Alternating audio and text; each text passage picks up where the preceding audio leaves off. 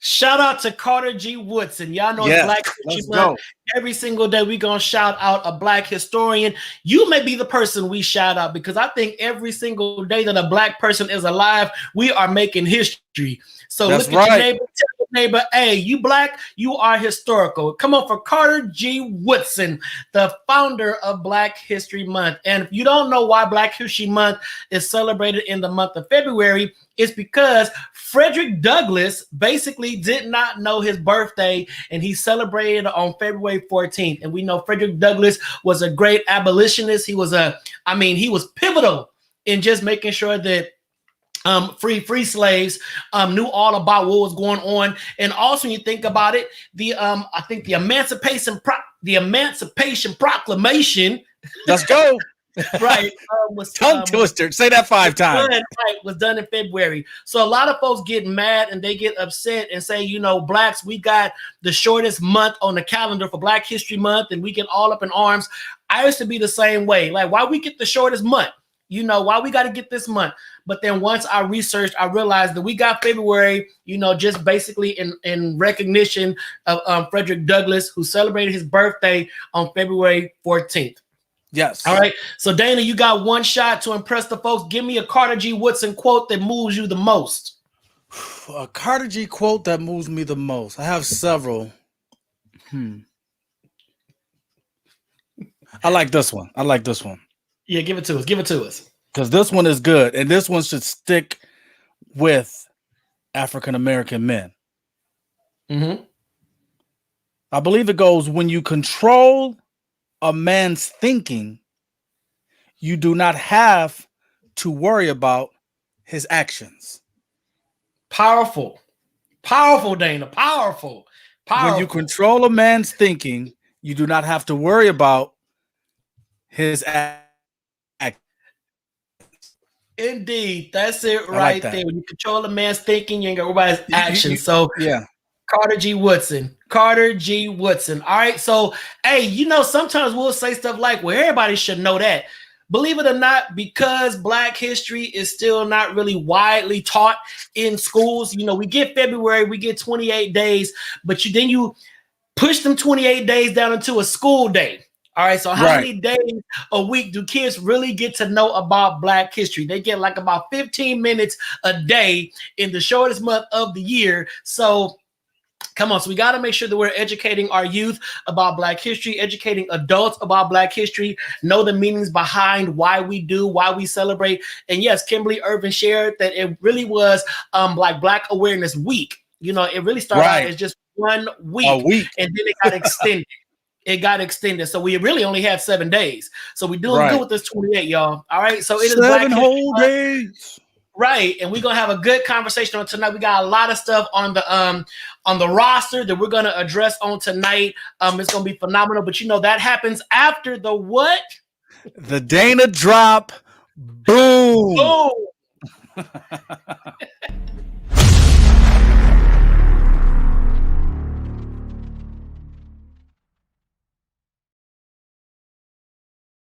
Yes, it's me. Ladies, let me do the drop, and then I'll get right with you.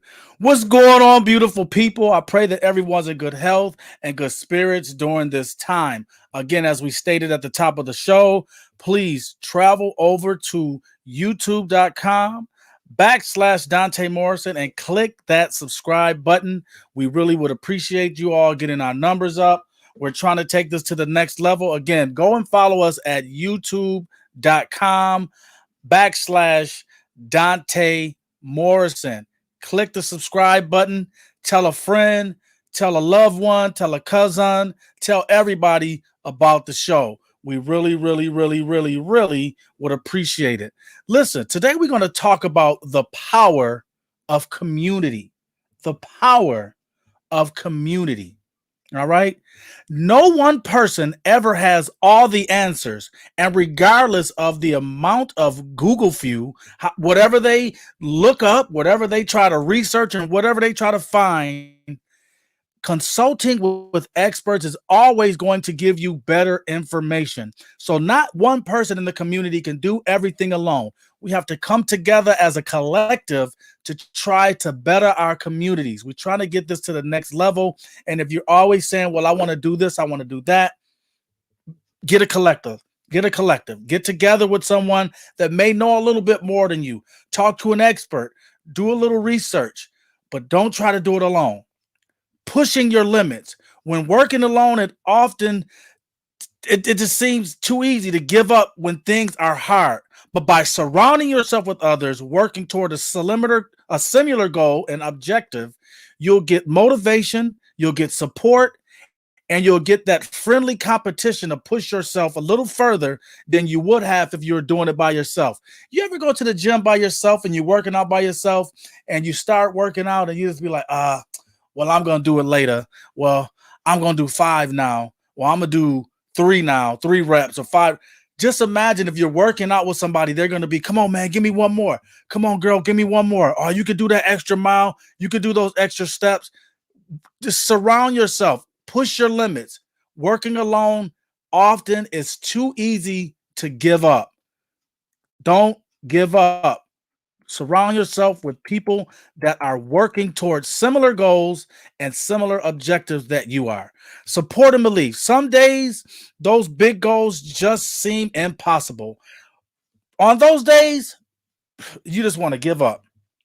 You lean towards your community the most. That's when you need to lean. They believe in you, probably more than you believe in yourself. If you set out a goal and you let people know what you're doing, you have people counting on you. They believe in you. They want you to be the one that wins for the community because you're out there. You have a team of team of like-minded people, and just come together. You have people just behind you, pushing you, new ideas. I truly believe that when you're working within a community of like-minded people, that the wisdom of crowds is considerably greater than any one person working alone. Okay? All divergent worlds, views, and lenses mean a lot. When you have several ideas in the universe, you can just reach up and pick. That's usually what happens to me when I'm writing. I usually don't like to write alone. I like to write with other people because the more ideas, the better the outcome of what it is that you're trying to produce or what it is that you're trying to do. You put the stuff in the atmosphere and you put it in the universe. Everyone's throwing in ideas. You put everything together, and then there it is. You're coming out winning. You're coming out and you're going steam full ahead to that goal that you're trying to do. Borrow motivation. Even those days when you believe in yourself and you just say, this day I don't believe in myself. Doing what needs to get done can seem overwhelming. Look around your community. Just go outside and look around your community, and I guarantee you that you will get inspired to want to do more. I guarantee you that if you go outside of your community right now and look around your community, you will get inspired to want to do more. Accountability.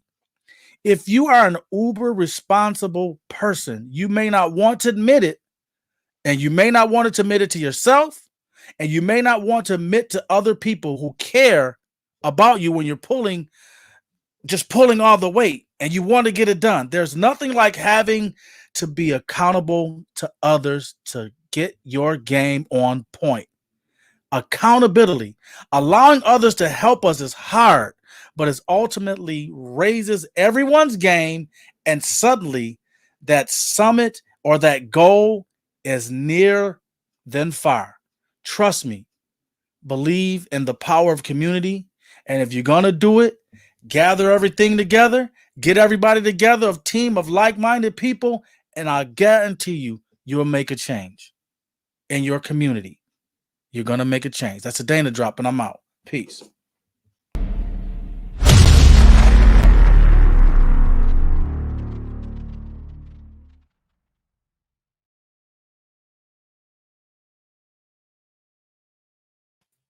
That's good stuff, bro. I like when you said if you go outside in your community and just look around, you will see the need. And I think that's something that oftentimes we don't do enough. We don't step outside our front door and really just examine like what's happening, you know, and we get so used to that. When you get so used to seeing, you know, that same homeless person on the corner, you know, Right. Ned, you know, and it's like, well, have you ever stopped and talked to Ned, or you just see Ned sitting there every time you driving to work? You know, and I Right. think it's pivotal. And we always talk about building the community, bridging gaps, filling the potholes and whatnot. But then we ignore stuff that's like right in front of us. I'm guilty of that as well. You know, but I will say that I think it was Saturday. I had went out. I was driving around, and Mhm. I was seeing homeless people, and I was like, wow, I wonder what transpired in that person's life that got them here, because everybody came from somebody. You know, we all came from somebody, mother, father. I don't care how you do it. We came from a sperm and an egg coming together. So Right. there is, you know, two people that formed us. So what happened in someone's life that put them on that slope to where they're like, I'm gonna just live on the streets. You Right. know, whether it's by choice or by circumstance, they're like, this is my life, this is my existence. And I think it's really important that we step outside of our comfort zone sometime and just, you know, give that dollar to that homeless person. So what, they may need it for drugs or whatever, but if they need drugs to cope with all that's going on in the world, I mean, it is what it is. Your job is to just give it to them, because that dollar can also buy a bag of chili cheese Fritos. You know, Right. we don't know the reasons why. And a lot of us, you know, we just a few paychecks away from being on that bus bench sleep. So Right. don't get grand, don't get cocky, don't get arrogant. You know, say your grace over your meal, because somebody out there wish they did have that leftover piece of chicken that you're eating right now and take it for granted, saying, I don't want to eat chicken no more. Well, somebody would love to have that, you know. Right, exactly. And then that's the thing. You know, a lot of times we go out our front doors, to our cars, to our destination, back home, and to our house. Yep. We don't go outside and, you know, you walk your dog in the yard, but you know, you walk around your community, so you see a lot of your community. You see what's going on. Right. You see these things, you know. Right. And some communities, you know, you can't go out front. You can't sit on your porch. You can't go outside. You can't let your children play in the front. So Mhm. I get that. I get Mhm. that. But it takes nothing to like get in your car and just drive around and just look and see where a change could be made. And if a voice could be heard, or if you can spark some kind of something, you know. Right. And then, So you know, and then we always talk, and you know, I'm glad everybody chiming in, talking about, you know, a lot of it is mental health. You know, it's mental health challenges. You know, Yeah. it's mental health issues, and mental health is so real. And people look at it like mental health, it needs to be this just extreme case. You Right. know, some days we all feel a little triggered, like I'm sick of this Right. job, I'm sick of not having no money, I'm sick of this, I'm sick of this. I'm better off just walking the street and doing nothing. You Mhm. know, and I'll make more money panhandling, you know, whatever. Right. But it's people have challenges that unfortunately in a lot of communities we don't know how to address them, because we were not brought up in a mental health environment. You know, Right.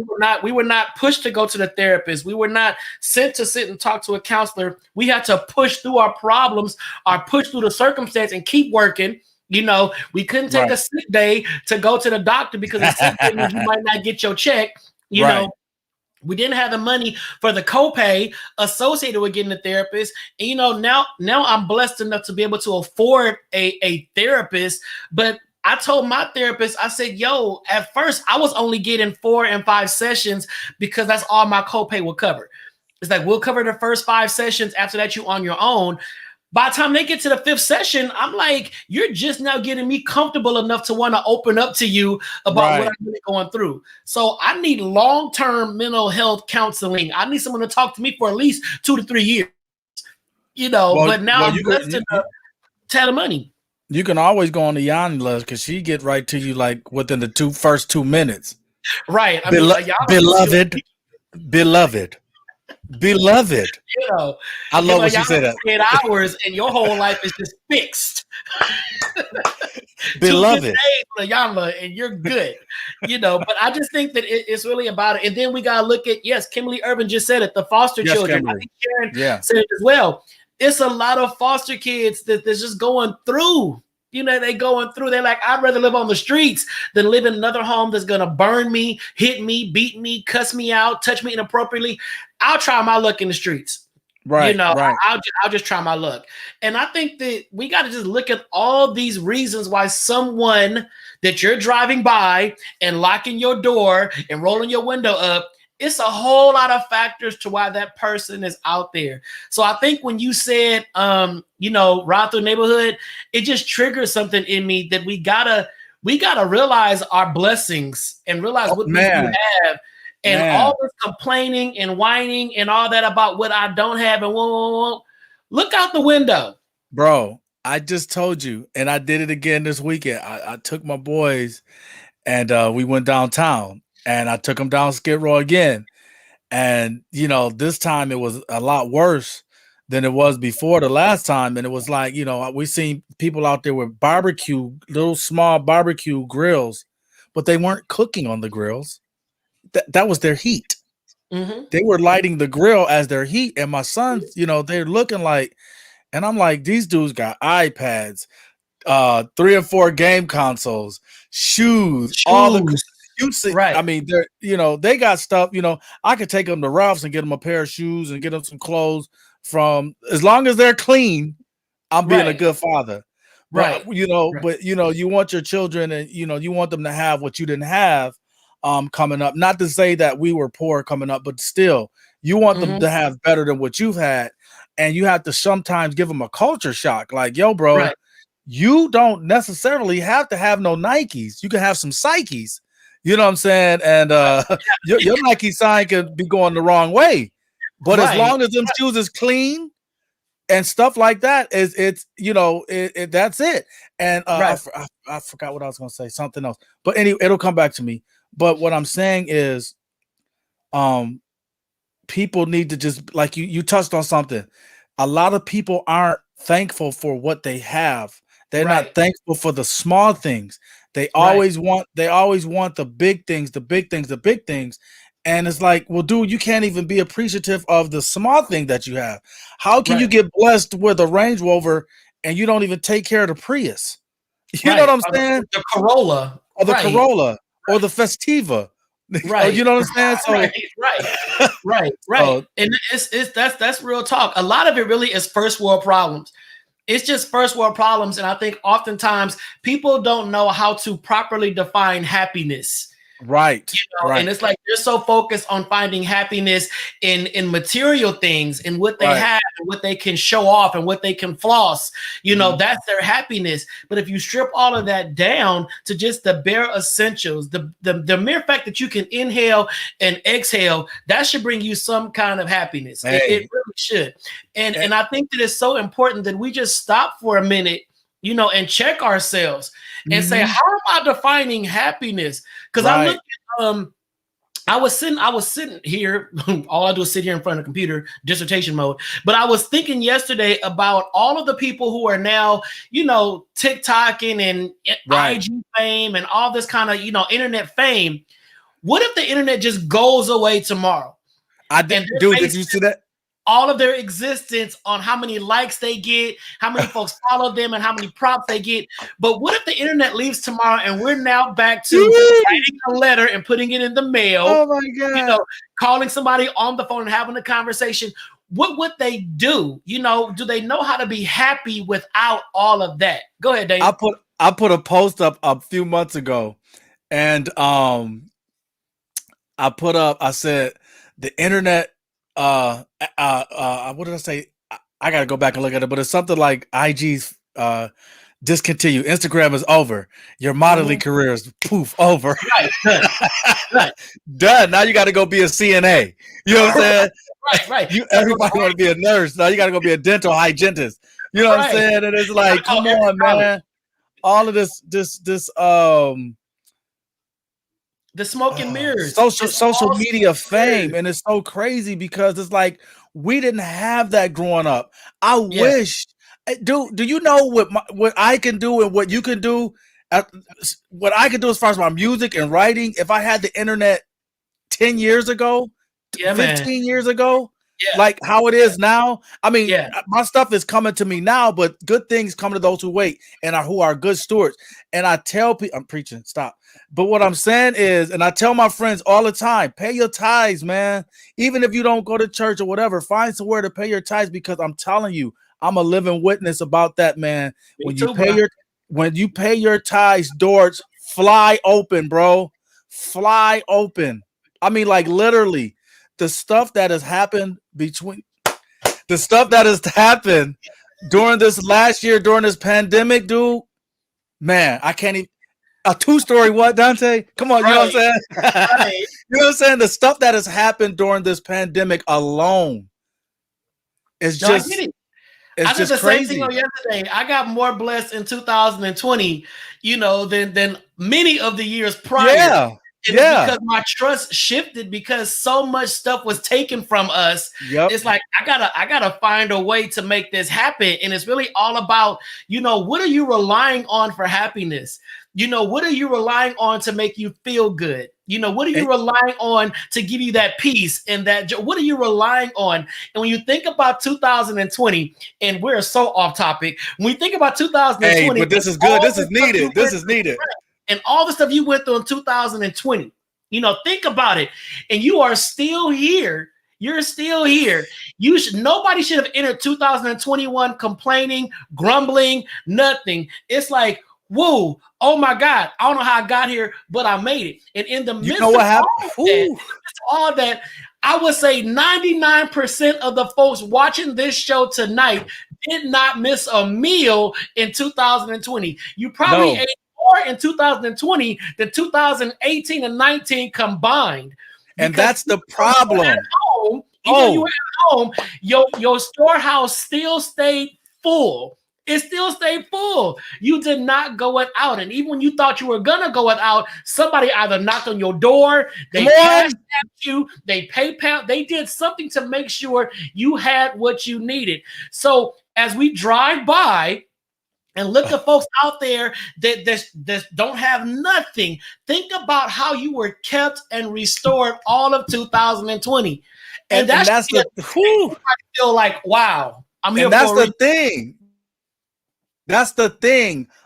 When this pandemic happened, a lot of people went straight to worrying instead of praying. They went to worrying about what's going to happen next. Oh my God, am I going to do this? Oh my God. No, he got you. He got you. And this happened for a reason. This happened for a reason, so you could slow your behind down, get closer to where you needed to be in your spiritual walk, so that doors can fly open for you. A lot of people didn't get it. People didn't get it. This was the perfect opportunity for you to slow down and get your house in order. But a lot of people just still worried. They still went out and partied. They still went into panic mode instead of prayer mode. And what happened was they missed it. They missed the boat. I love what Thais just posted. Not a crumb was missed. Their crumb was missed. In the pandemic, Thais was still posting pictures of roast beef that was made, and gravy and biscuits and vegetables and all kind of stuff. We still had so much abundance in the midst of a pandemic. In the midst of a pandemic, we had so much. And I think people, like you said, Dana, they missed it. They missed the moment to really just pause and say, wow, I am blessed. I am kept. But instead, a lot of them had their focus on, but I can't go here, and I can't go there, and I can't do this, and I can't go there. But you're being kept for a reason. And despite the fact that you can't go out, and I'm a movie lover, I ain't had popcorn in a year. I got the shake. Me too. And I tried to go buy it in the store. I throw it away. I'm like, this ain't the same. Don't even name it. Don't even call it movie theater popcorn, because it's not the same. Right. I'm making it on the stove and shaking the pot, melting butter. I'm like, this still ain't it. But it's good, but it ain't it. We still did not have any kind of lack. Any kind of lack. And just going back to what we've seen on what people were sharing on thread about those who are on Skid Row, those who are homeless, those who are dealing with mental health challenges. I think someone shared it as way. If you ain't got to find it, Kwame. Someone said They talked to folks on Skid Row and they said, I'd rather be down here because than trying to survive in this system. The financial system is so challenging, it's so difficult, you know, and you think about how many of us at one point were just trying to make ends meet, and the ends are getting right here, but they never seem to touch. And the ends are waving at each other like, hi, I'm in one, I'm in two. Well, can y'all connect at some point? You got to think about that. Then you couple that with all of the traumas that you may have experienced growing up. Thais shared that I believe her aunt was molested in foster care. That within itself puts a person on a path of mistrust, you know, of fear. You know, if you work with kids who've been traumatized at a young age, they grow up without proper guidance and therapy. They grow up to be traumatized adults who do traumatic things. You know, and co-pastor Kimberly Irvin always told us, hurt people hurt people. And until we're able to get to the root of behaviors, we're never fully going to understand the why a person does what they do. You know, so we can't be so quick to write folks off and say, oh, that's just crazy Johnny in front of Krispy Kreme donuts, always asking for money. But what happened to Johnny when Johnny was 14 years old? You know, Johnny loved football and basketball at one time. Johnny loved doing this at one time. Something happened to Johnny to throw Johnny off track. Come on, praise him, Kwame. Come on, praise him. Something happened to throw Johnny off track. Yes, exactly. PTSD. PTSD is so real. We've done shows about it. We've had therapists come on about it. And so many of us have traumas that we don't want to talk about because we've still not created those safe spaces to discuss our mental health issues. And I guarantee if you want to start talking about some of the stuff you've been through and some of the stuff you're dealing with as an adult, I start talking about it, and we challenge this thread to really open up and say, yo, if you're on this thread, share some of the stuff you've been through, some of the traumas you've been through. This whole thread would be just going up with stories, and we like, oh my God. But the part that I will love about that is the community and the similarities. Because a lot of us have been through similar circumstances, yet we feel like we're the only one who's been through it because we don't talk about it. Exactly. And then a lot of time, and what happens is people have experienced talking about it to the wrong people. Come on, trust. Come on, trust issues. So that's what it is. A lot of people don't talk about it because when they talk about it before in the past, it was to the wrong person. And now everybody knows about it, regardless of what it is or whatever the case may be. Like I said, 2020, the good way out the bad, whatever it is, we lost a lot. We lost family members, we lost politicians, we lost great historians. If I'm saying that right, I don't care right now. But what I'm saying is, you know, and let me stop here. I don't want to offend anybody. Religion. I'm just talking about my religion and who I pray to and who I know who has my back and who's never going to let me fail. Whoever you all pray to, you know, I don't want to offend anyone on here by speaking about how good God is. You understand what I'm saying? I want to just put that disclaimer out there. I don't want to offend anybody. But what I'm saying is that if you put your trust in him and let him see, what people don't understand is God is a gentleman. He'll stand there all for your entire life. He will stand there until you get out of the way. He's not going to force himself to do anything for you. He's not going to force anything on you. He's going to wait and say, oh, it's my turn. Oh, I can do it now. And that was 2020 was the perfect time for you to get out of your way. You ain't have nothing to do but sit on at home. Just sit there. Just sit home. You ain't have no way to get into. Nothing to get in. No, all you had to do was sit there. That was the perfect opportunity for him to use his gentleman qualities, but you still kept trying to get in your own way. I gotta go to the beach. I know Negroes that was going to the beach and saying they was mad about couldn't get to the beach. I ain't never been to the beach. I'm like, right, you'll never go to the beach. All of a sudden, because you can't go to the beach, you want to go to the beach. Yeah. I'm like, that's real. And I got people mad. You the main one arguing about. You the main one upset because it takes you 2.5 hours to get to and from work.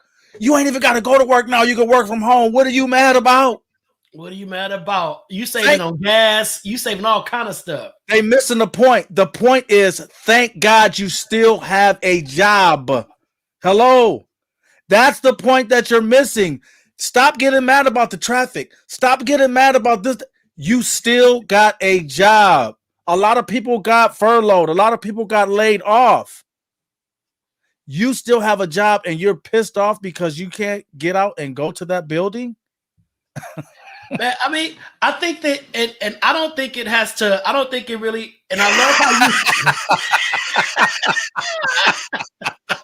you, and I think, and I like how you prefaced it, you know, and you said, listen, I'm not trying to offend anybody's religion, but I think what we don't understand is that there's so much crossover in religious beliefs. You know, I don't care if you Jesus Christ, you know, Allah, Buddha, you know, it's crossover, but it all has a source of wisdom to it. There is wisdom. So whoever or whatever you pray to is giving you some kind of wisdom that will guide your natural life. All right. The being that you subscribe to is saying, yo, my child, my son, my daughter, sit still, and let the universe, the heavens, let me navigate this all out for you, you know. But like you said, we as humans will get in the way and start to mistrust, you know, what we have put our faith in. And it's taking too long, or it's not working out the way. Well, maybe if I try it this way, let me help out a little bit. You said so much, Dana, about folk. We got to listen. If you're watching on tonight and you are blessed, blessed is universal. It's universal. Type "I'm blessed" in the comment section. You know, we got to encourage each other and let folks know you're not by yourself. You're not alone. You know, it's called social media for a reason. And I always tell people inbox me all the time. And when I write them back, they're shocked. Oh my God, Dante, you wrote me back. Yeah, it's social media. I'm being social. If you're my friend, and you're not coming to me sideways or talking disrespectful, then yeah, we can have a conversation. But we got to let folks know that we are blessed, and we cannot be embarrassed about being blessed. We can't be hiding our blessings under a bushel. Say you are blessed so people can just know, yo, good, I'm blessed. We in this. I'm reading what Kimberly Jenkins Irvin just typed. It's a long comment.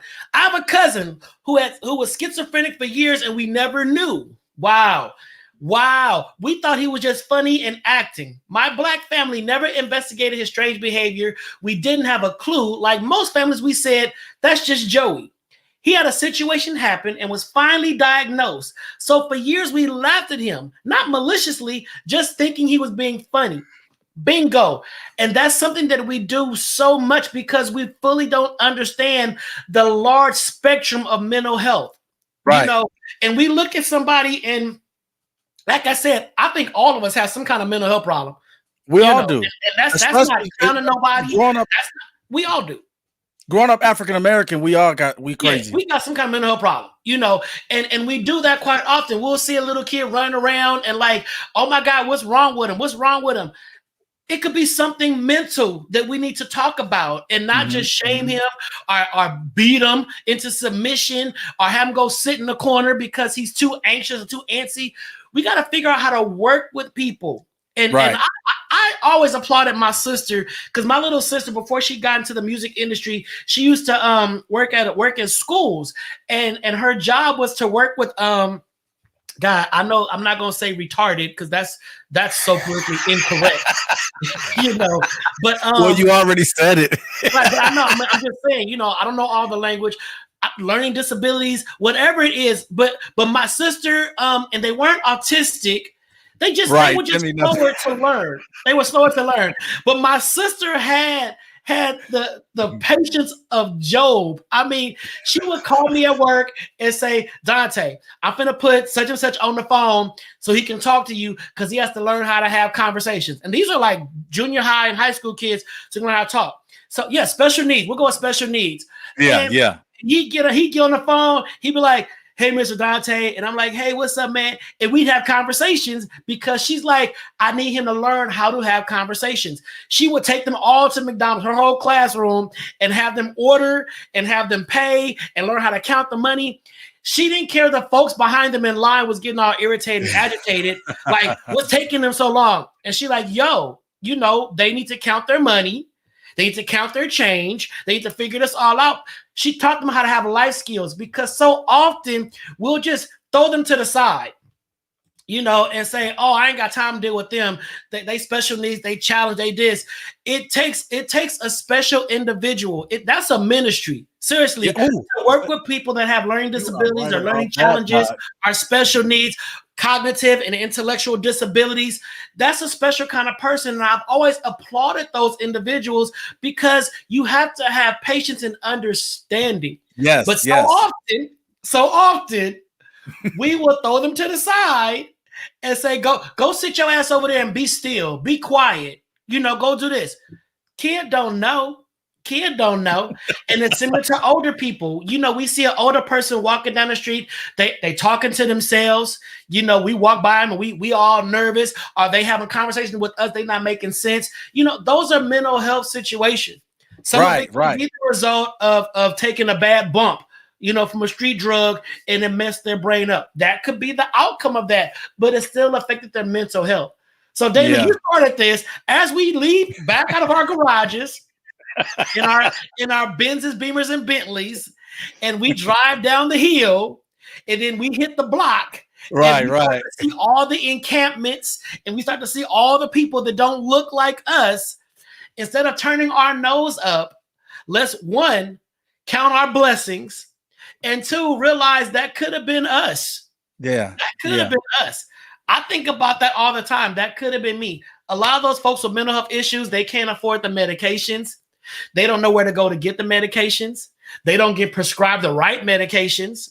I had a young man one time that I was mentoring, and he was hyper and whatnot. And I saw him like 6 months later, and he was talking real slow, so slow that it scared me. And I said, "Dude, what's wrong?" He said, "They put me on this medication, so I can get my benefits, but I don't like being on it because it slows me down. And now I got to take it. If I stop taking it, I don't get my benefits. I can't get my housing. I can't get this. I can't get that." I'm like, so we're going to just dope people up so they can get benefits, and don't regulate the levels. Don't monitor how it makes them feel. I mean, he was so gone that you would have thought he was like cracked out. He was on prescription drugs given by a doctor to regulate his mood. And it's really about, we got to do better in that area. We got to get more invested and more involved, and not just drive by. And it was when I first met you years ago, where we were living when you first had the first BMW. The one, yeah. It was a guy. I was like, who is this over there with a BMW? But I'm still about the people. I'm still about the people. Right. You see, my car before that. My car before that, I had Maypops. My tires may pop at any given moment. But I'm like, who is this over there visiting with a BMW Hold on, let me go knock on the door and see what's going on. But anyway, it was a man right off the 5 freeway. It was a man that was there every day. And like every other day I would go to, because I knew that I don't know how fast he would eat it, but every few days I would go to I want to say Popeyes, if it was one of them, and I would buy 8 pieces of chicken, bread, vegetables, and juice, and I would give it to him. Like every few days, I would give it to him, and I knew his name was Roger, white guy, and I knew, and he knew I told him my name and everything, so I would drive by him, and hey Roger, you eat that? Well, how you doing, man? And we would have a conversation, light red. I would go to the store. He would, hey Dana, hey man. So that made me feel good, man. I was feeding him. He didn't have it. Right. He lived right there, and I just felt good about that. Like you said, if you see somebody, it's the little things. It really is the little things. And I recall, I think it was about 9 years ago. You know, my friend, my sister Ariel, she started this thing. It was called Feeding Rainbow, and Ariel had reached out and said, you know, it's so many, you know, LGBT Q kids out there living on the streets because their parents kicked them out for being gay. Nothing wrong with them. Mentally, they're fine. I mean, fine. But because they were gay, they get kicked out the house. We'll do a whole show about that, but y'all think I'm lying. Parents kick their kids out for being gay and they living on the streets. These are kids that could be the next doctor, lawyer, president, but they've been kicked out because they're gay. Another topic. All right. So kicked them out, and Ariel said, I want to go out and we're gonna feed them. It was around, you know, Christmas time. We're gonna feed them. And we made all this food. And it was like 5 cars deep, loaded up with spaghetti and chicken and whatnot. And she had us driving all over LA, downtown, you know, the whole stroll, everywhere, just passing out food. And to see these kids and people, literally people, the block would be empty. Like, it'd be nobody out there. And we like, Ariel, ain't nobody out here. She said, just hold on. Just wait. Just wait. We'll pop the trunk and we'd hold one container. And I kid you not, out of nowhere, we were surrounded with people. And it's like, where were y'all hiding? Where were y'all at? You know, but it did something to me, because I look at folks that feel good off of feeding people on Thanksgiving. They feel good feeding them on Christmas, but you know, they still hungry in July. You know, they want to eat in March too. So it's like, where's the routine activity from the community? And I saw some folks that said, you know, I went down to Skid Row and did all that. Praise God, bless you for doing that. But we got to do community work. Community work is really making sure the community is cared for. Everybody in the village eats, not just the ones that can sit in the chair. Everybody eats. And it's so important. So we say we're in this together. We're in it to win it. If Leimert Park is a village, that means every single homeless person in Leimert Park gets a meal. Nobody is going without. And that's village mentality. And we really got to change that. We got to change how people treat gay people, how they treat Black people, how they treat old people. We got to change so many of these dynamics, and we can do it. We have the ability, but it's really about imparting that level of empathy into society. And right now, it's so many first world problems that we complaining about that it just makes no sense. And until you've gone to a third world country and you really see how poverty looks, right? America is not an impoverished country. You know, when you've left America and gone to other parts of the world and you have really seen poverty and poverty in its truth and in its living form, you'll come back to America and say, I don't care what y'all say, we ain't got no poor folks in America. We ain't got no people living like that in America. I have seen poverty. So we just gotta do better, man. Dana, I'm mad at you, dude, because this is still your drop. We had a whole itinerary of hot topics and good conversations, but no, you want to let the Lord lead you. Yeesh, Katai. I'm saying you want to invite the Holy Ghost in to have his way, and now my whole show is just ruined. It's just ruined. Hey, just touch them quick. We can touch them quick. We got one, two. It's 8:50, and you already know our producer is looking at his watch. Hey, hurry up. 10 minutes. I think the one we should touch on is the last one, though. I think we should do the last one, the 8:30. Okay, let me look at the itinerary. All right, good one. Oh, the question of the day. No, the one before the question of the day, and then we can do the. We can't. We gotta wait. So we got 10 minutes. Let's do the question of the day. Go ahead. All right. So it is Black History Month. And you guys all know that the Donta Show is where Black lives matter. And we love being Black. We are proud of being Black, and we love the village. Whether you are Black, white, brown, yellow, we don't really care. But the question of the day, since it is February 1st, 2021, what do you love most about being Black? Go ahead and put that in the comment section. Let's go. Type it in. What do you love most about being Black? There are so many positive things about being Black. I mean, that we can just go for days and days and days, but I want to just inspire the village, motivate the village, and this is your time to let us know. What do you love most about being Black? I see you there, Marvin. What's up, Marvin? So let's do it. Let's do it. Matt Ross said everything. I need more specifics. You're an educated woman. I need more specifics. What do you love most about being black. Everything. Yeah, I know everything. You know what she loves about being black. What do you love about being black? Come on, y'all. What a village at? What a village at? What a Sean Poole, how we care about others no matter who they are. We have said this time and time again, and we've seen it exemplified numerous times. Black folks are the most forgiving people on the planet. Black folks will forgive. We don't forget now, that dog, but we will forgive. Right. Thais said it. Come on, Thais and Matt. The whole damn thing, right? Being black is just phenomenal. Matt says the body. Sharon Green, I love our joy and creativity, even in the face of adversity. This world would be boring without black people. I love being black. Yes, this world would be boring without black people. Every single thing you see that's happening, every kind of craze and rave, the core of it is black people. Selena, hey, Selena, I should have you come on and do a poem tonight. The soul. Selena, write a poem this month. You come on Donta Show to do a poem in honor of Black History Month. Selena said, being connected to all of this creative and intellectual genius and our swag. Don't get me started.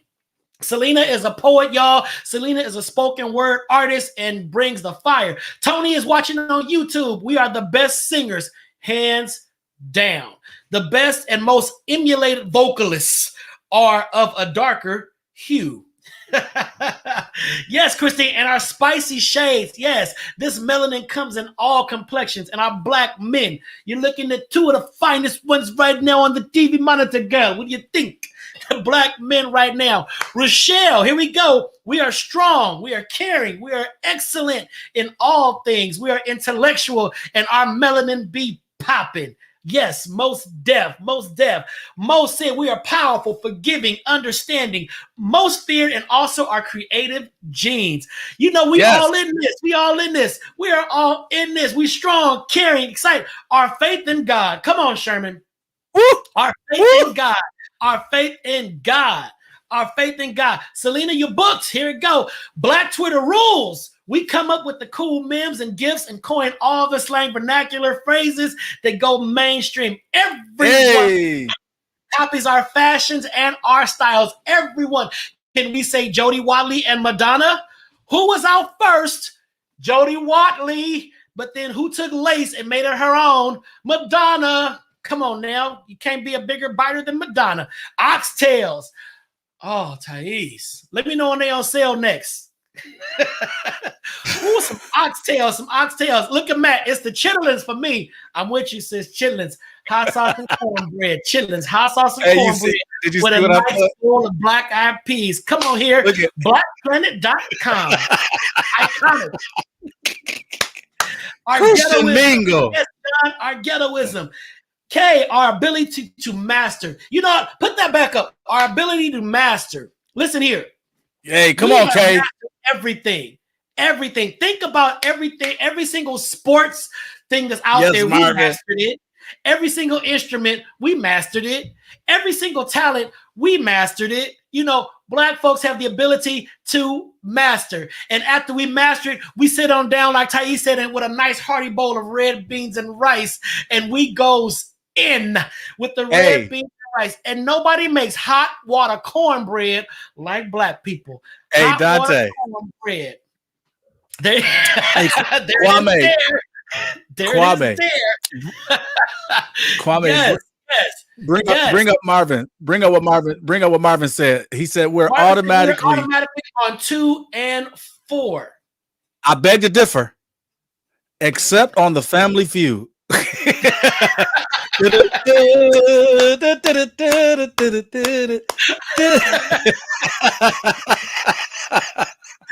I love it. Hey, listen. And Sharon, we're gonna close out with Sharon said. We season and spice up everything. And I tell you right now, that covers a lot of different ways. We season and spice it. Whether it's our food, we season and spice it up. Whether it's a function, we season and spice it up. Whether it's dancing, we season and spice it up. Whether it's the national anthem, which Jasmine Sullivan will be singing this Sunday, we season and spice it up. All right, I don't care what it is. When black folks get a hold of it, we season it and we spice it up. We make it better. We make it better. We next level it. We do what it needs to do. And then that was a music industry quote. They copy us because they can't season it and spice it like we can. I'm proud to be black, y'all. And that's a fact, y'all. And if you try to take what's mine, I'll take it back, y'all. So take that. Who can name the song that's from? That is a verse from a song created by a hip-hop duo icon. I'm proud to be black, y'all. And that's a fact, y'all. And if you try to take what's mine, I take it back, y'all. It's like that. All right? Boom.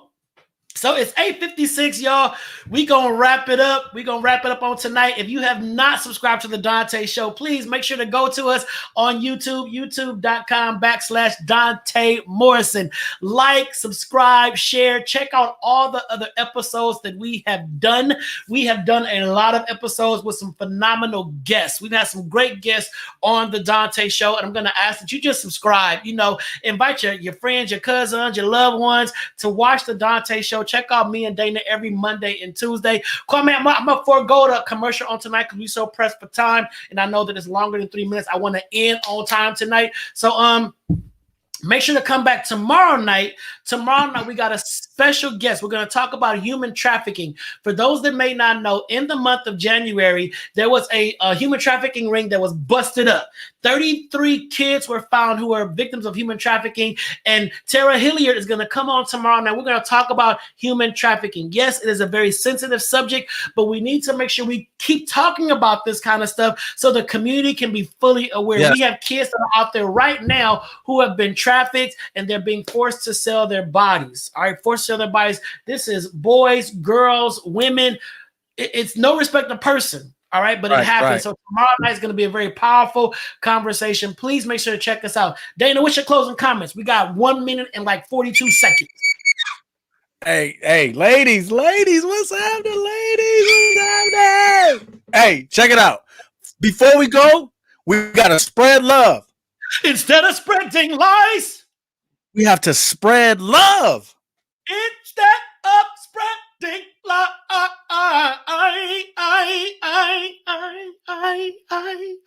come on with the Karen Clark echo.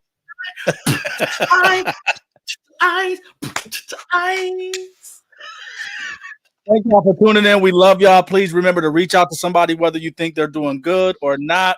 Follow me on Instagram at DNA716. You can see what I'm doing with my music. You can see some funny stuff that I'll be posting. It will have you gut laughing hard.